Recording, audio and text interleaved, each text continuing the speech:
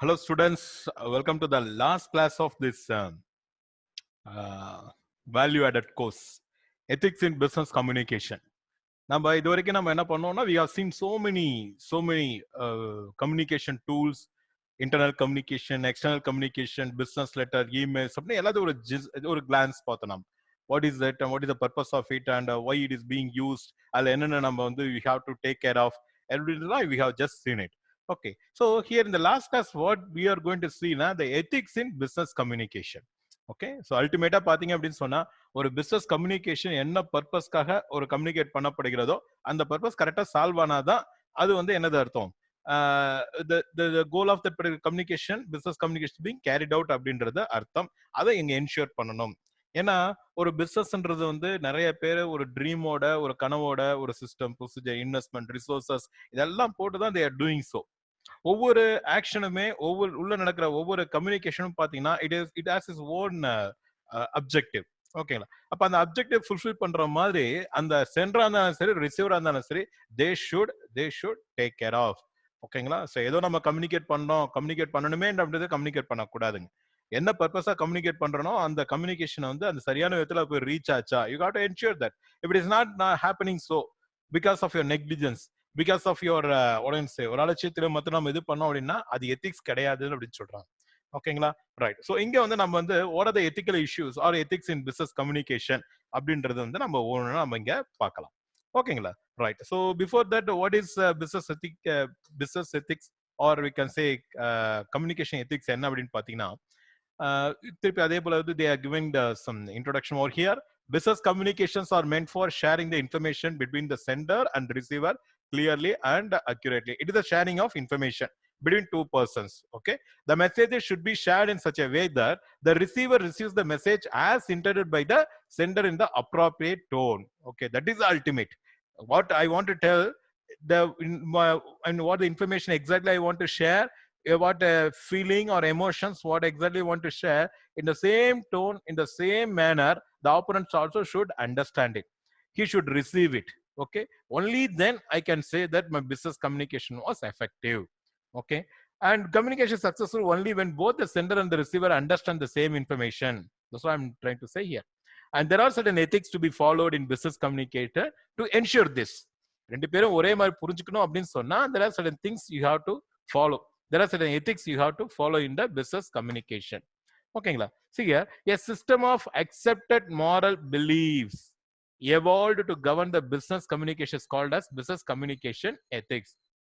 ஆர்கனைசேஷன்ல இப்படிதான் நம்ம நடந்துக்கணும். ஏன்னா யாரும் இது வந்து கண்ட்ரோலிங் மெக்கானிசம் கிடையாது. இப்ப நீங்க உள்ளுக்குள்ள வந்து பொலைட்டா இருக்கணும், பொலைட்டா பேசணும், இல்ல இந்த டோன்ல இது பண்ணணும் அப்படின்னு எதுவும் செக்கிங் மெக்கானிசமோ இல்ல வந்து பின்னாடியே நம்ம வாட்ச் டாக் மாதிரி வந்து எதாவது நம்ம வந்து கண்ட்ரோல் பண்றதுல எந்த வித மெக்கானிசம் கிடையாது. அந்த கம்யூனிகேட்டரே சரி, அந்த சென்டரா இருந்தாலும் ரிசீவரா இருந்தாலும் சரி, அவங்கவுங்க வேலையை அவங்க ஒழுங்கா பர்ஃபார்ம் பண்ணும் பொழுதுதான் அந்த கம்யூனிகேஷன் அப்படின்றது அங்க எஃபெக்டிவே நடக்கும். ஓகேங்களா? சோ அப்படி ஒழுங்கா அந்த கம்யூனிகேஷன் விஷயம் ஒழுங்கா நடக்கிறதுக்கு ஒவ்வொரு கம்யூனிகேஷன் டூலும் நம்ம ஒழுங்கா நம்ம யூஸ் பண்றது ரீச் பண்றதுக்குன்னு சில moral belief, okay, moral values, okay, so தார்மீகமான ஒரு நெறிமுறைகள் இல்ல தார்மீகமான ஒரு வழிமுறைகளை வந்து நம்பிக்கைகளை வந்து நம்ம the companies, I mean the particular organizations having ஏத்த நம்ம என்ன பண்றோம் business communication ethics ன்னு சொல்றோம். Okay, so there is a system of accepted moral belief evolved to govern the business communication is called as a business communication ethics. For example, information வந்து accurate கொடுக்கிறது, ஹானஸ்டா கொடுக்கிறது, கம்ப்ளீட்டா கொடுக்கிறது. நம்ம இந்த 7 C's எல்லாம் பார்த்தோம் இல்லையா, அது எல்லாமே பாத்தீங்க அப்படின்னா பிசினஸ் எத்திக்கலோட ஒரு எத்திக்கலான விஷயம். நீங்க ஒரு கம்ப்ளீட்டா ஒரு கொடுக்கிற விஷயத்த முழுமையா கொடுக்கலன்னா கூட இட் இஸ் அன்எத்திக்கல். கொடுக்கிற விஷயத்த வந்து நீங்க தப்பான இன்ஃபர்மேஷன் கொடுக்குறீங்க அப்படின்னு சொன்னா it is unethical. You understand that? அப்போ கொடுக்கிற விஷயத்தங்கள் எவ்வளவுக்கு எவ்வளவு நாங்க அக்யூரேட்டா கொடுக்குறீங்களோ, ஹானஸ்டா கொடுக்குறீங்களோ அவ்வளவுக்கு எவ்வளவு எத்திக்ஸ் வந்து எத்திக்ஸ்ல கூட நீங்க டீல் பண்றீங்க, எத்திக்ஸோட நீங்க கம்யூனிகேட் பண்றீங்க அப்படின்றது அர்த்தம். ஓகே, சோ இந்த மாதிரி என்னென்ன எத்திக்ஸ் அப்படின்றத நம்ம ஒன்னொன்னா பார்க்கலாம். கிட்டத்தட்ட ஒரு 7 to 10 எத்திக்ஸ் நம்ம மென்ஷன் பண்ணிருக்கோம். Let us see one by one.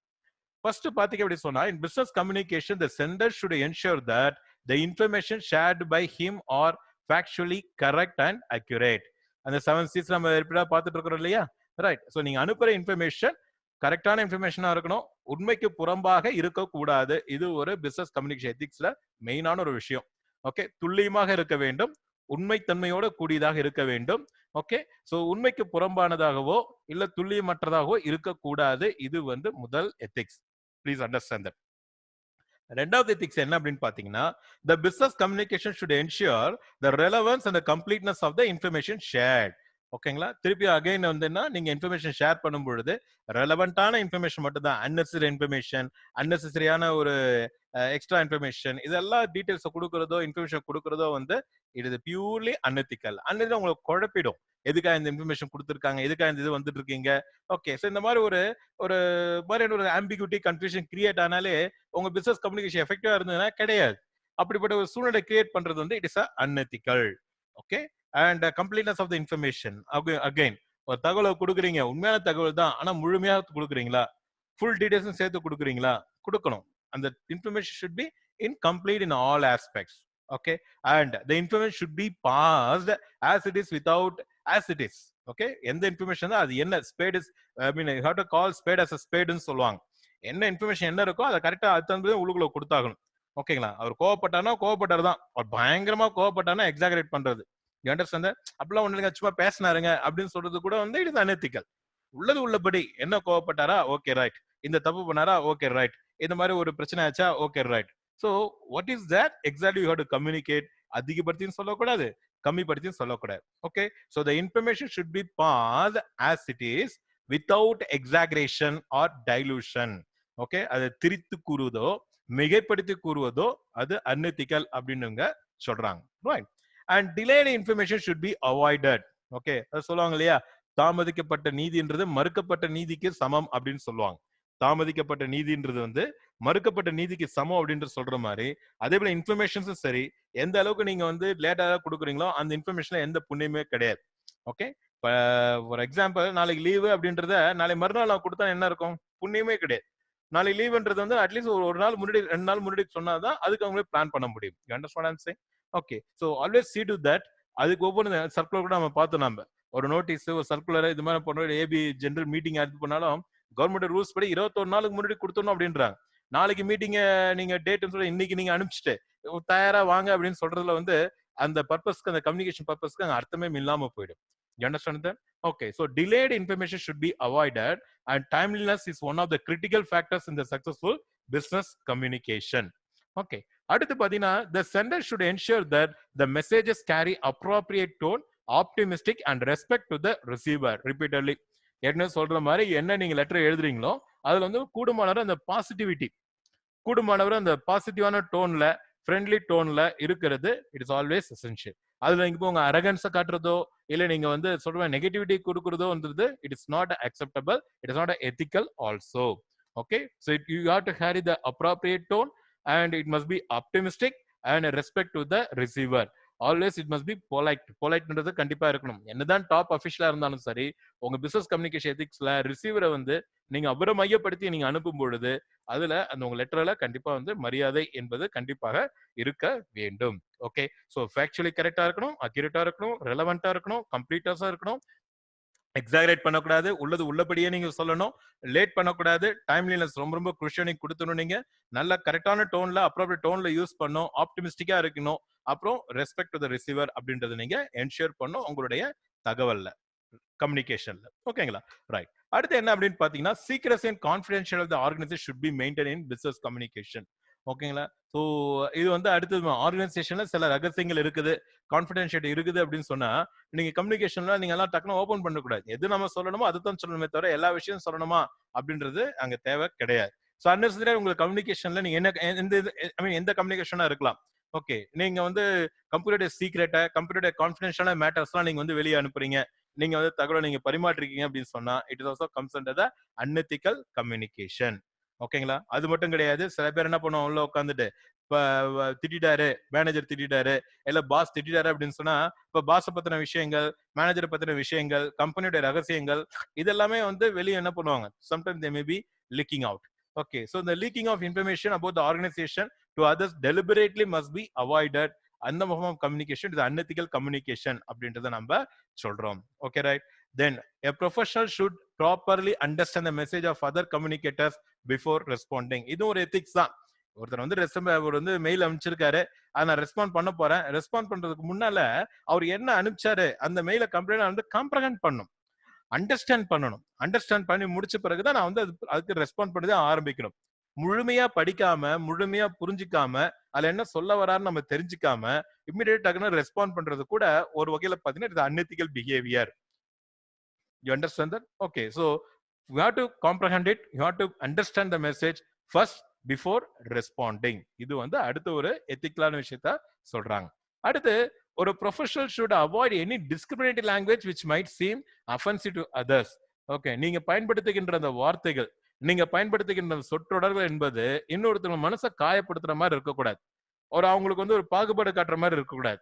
அவங்கள வந்து டெரோகேட்டரி, அவங்கள வந்து என்ன சொல்றது, புட் இன்டு சம் தாழ்த்துற மாதிரி உங்களை வந்து இந்த லாங்குவேஜஸ் எல்லாம் நீங்க வந்து என்ன பண்ணக்கூடாது, you should not use it. Okay, so அப்போ நம்ம யூஸ் பண்ற லாங்குவேஜஸ், நம்ம யூஸ் பண்ற இதெல்லாம் பார்த்தீங்கன்னா கண்ணியமான வார்த்தைகள், நல்ல ஒரு என்ன சொல்றது வந்து புண்படுத்தாத வார்த்தைகளை பயன்படுத்துறதுக்கு நம்ம வந்து என்ன பண்ணோம், we have to ensure that. So that is also one business ethics you have to ensure. அந்த லாஸ்ட் ஒரு எத்திக் என்ன அப்படின்னு பாத்தீங்கன்னா, ஒரு ப்ரொஃபஷன் என்ன பண்ணுவாருன்னா, இந்த பிசினஸ் கம்யூனிகேஷனுக்குன்னு இப்படிதான் கம்யூனிகேட் பண்ணணும், இதை தான் கம்யூனிகேட் பண்ணணும், இப்பெல்லாம் நீங்க இந்த டூல்ஸா யூஸ் பண்ணணும் அப்படின்னு ஒவ்வொரு கம்பெனியுமே வந்து அதுக்குன்னு சில பாலிசிஸ் வச்சிருப்பாங்க, அதுக்குன்னு ஒரு சில ப்ரொசீஜர் வச்சிருப்பாங்க, அதுக்குன்னு சில ரூல்ஸ் அண்ட் ரெகுலேஷன் வச்சிருப்பாங்க, லாஸ் வச்சிருப்பாங்க. ஸோ அந்த சட்டத்திட்டத்துக்கு உட்பட்டு, அந்த விதிகளுக்கு உட்பட்டு தான் உங்களுடைய பிசினஸ் கம்யூனிகேஷன் என்பது இருக்க வேண்டும். Anything you are going to right it. Okay, இது நான் இப்படி யூஸ் பண்ணலாம் சார், அப்படி யூஸ் பண்ணலாம் சார், நான் யூஸ் பண்ண எப்படின்னா உள்ளுக்குள்ள என்ன மாதிரி வார்த்தைகள் பயன்படுத்தணும், என்ன மாதிரி டூல்ஸ் நீங்க பயன்படுத்தணும், எந்த மாதிரியான கருத்துக்களை நீங்க சொல்லணும், எந்த மாதிரி டோன்ல பண்ணணும் அப்படின்னு சொல்லிட்டு கண்டிப்பா ஒவ்வொரு வழி விதிமுறைகளும் சரி, வழி அந்த அவங்களோட வந்து என்ன சட்டத்திட்டங்களும் சரி ஒவ்வொரு கம்பெனியுமே இருக்கும். அதை நீங்க கரெக்டா ஃபாலோ பண்ணி தான் உங்க பிசினஸ் கம்யூனிகேஷன் மெத்தட் வந்து உங்களுக்கு இருக்க வேண்டும். You understand? Sometimes if the company says that okay உங்க டோன் வந்து கொஞ்சம் ஹார்ஷா தான் இருக்கணும்னா கூட, அதான் சட்டத்திட்டத்துக்கு உட்பட்டுனா அதை கூட you can just go for it. You understand what I'm saying?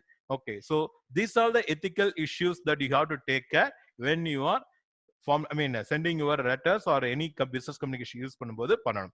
Factually கரெக்டா இருக்கணும், அக்யூரேட்டா இருக்கணும், ரெலவன்ஸா இருக்கணும், கம்ப்ளீட்டா இன்ஃபர்மேஷன் கம்ப்ளீட்டா கொடுக்க பாருங்க, வித்தவுட் எக்ஸாகரேஷன், மிகைப்படுத்தி பண்ணாதீங்க, டைம் பவுண்டடா இருக்கணும், அப்ராப்ரியேட் டோன்ல இருக்கணும், ஆப்டிமிஸ்டிக்கா இருக்கணும். யூ ஹேவ் டு ரெஸ்பெக்ட், அந்த ரெஸ்பெக்ட் டோன்ன்றது நீங்க என்ஷூர் பண்ணணும். கம்பெனியோட சீக்ரெட்ஸ் அண்ட் கான்ஃபிடென்ஷியல் மேட்டர்ஸ் நீங்க வெளியே சொல்லக்கூடாது. Leaking information is unethical. You have to understand the message, comprehend the message properly before responding to anybody, and you have to avoid any discriminatory language in your communication, and at last you have to abide the laws of business communication of your organization whenever you are communicating with the other things. Okay my dear friends, really I'm very happy you have made a journey throughout this. Okay, ஒரு valued course கம்ப்ளீட்டா உள்ளுக்குள்ள ஒரு 30 class கிட்ட நம்ம வந்திருக்கோம் நம்ம. அது so இதெல்லாமே வந்து கொஞ்சம் பேசிக்ஸ் தான், எக்ஸாஸ்டிவா போனோம் அப்படின்னு சொல்றது ஐ cannot claim that, but at least some ideas, some concepts you have got it. Okay, so இது எல்லாமே நான் வந்து I'm making it available in the Google Classroom. So whenever you find it time, whenever find it time இல்ல, இந்த வீக்கெண்ட்ல you will be given with some assignments and also with the examination. So glance பாருங்க, நீங்க application ஓரியன்டடா தான் இருக்கும், அது open books எக்ஸாமா தான் இருக்கும். அது suddenly we will make it much more happening. Other next weekல வந்து டோட்டலா கம்பைல் பண்ற மாதிரி நம்ம பார்த்துப்போம். ஓகேங்களா? Any clarification, any questions you can very well post in the Google Classroom and I'll be happy to answer all your queries and I'll clarify all your doubts, whatever things you have raised it also. So thank you very much. We will see in the next class. Maybe some interaction session I'll be having it. அப்போ வந்து நம்ம meet பண்ற மாதிரி பார்த்துக்கலாம். ஓகேங்களா? So thank you students. With this I am stopping this and we'll see in the next class. Okay.